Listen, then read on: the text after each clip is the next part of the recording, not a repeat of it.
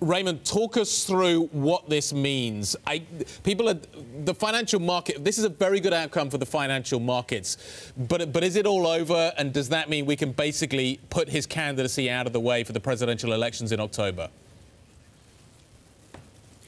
Guy, this is the man that Barack Obama once called the most popular politician on earth.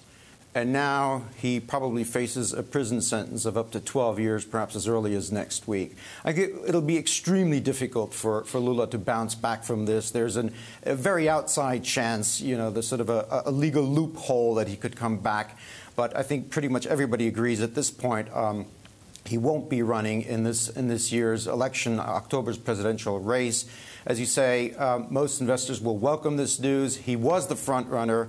And since he left office in 2010, he's turned a bit more to the left, become more radical. And that was what really spooked investors in the last couple of months. He's pledged to undo many of the market-friendly reforms that Brazil's been undertaking in the last couple of months.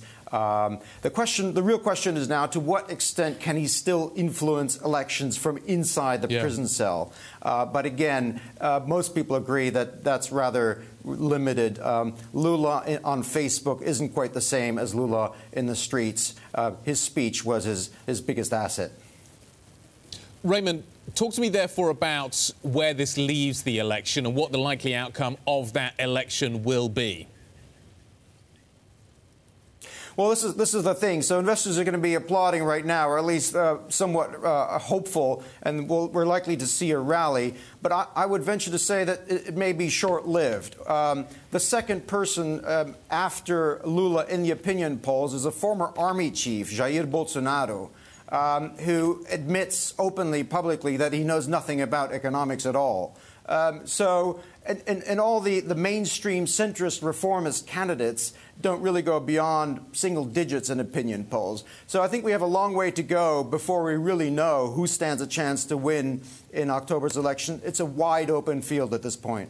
Raymond, I'm absolutely thunderstruck by trying to find an American equivalent to Mr. Lula's downfall. I mean, I just don't think there's any template I can use to explain this. How does the financial community view this 20 and 30-year arc of this politician? Well, we struggled to find a template ourselves. I agree, yeah. It hasn't been seen. I think the closest that you may come is, I remember the Polish leader, Lech Wałęsa, also from a similar background, labor movement, and then ran into some trouble himself after he was in the presidency. Let's not forget, Lula was a Wall Street darling back when he was in office. Obviously, in part due to the commodity rally that we saw at the time, and money was flowing in. Brazil was doing well. And then it all went south from there, really. When the commodity boom was over, Brazil began running out of money. They started heterodox policies, et cetera, et cetera. I think at this point, what Brazil want, what investors want, are stability. They want clarity on who's going to come out of this in October. It's a critical point. Brazil's just emerging from the worst recession on record. 12, 13 million people unemployed.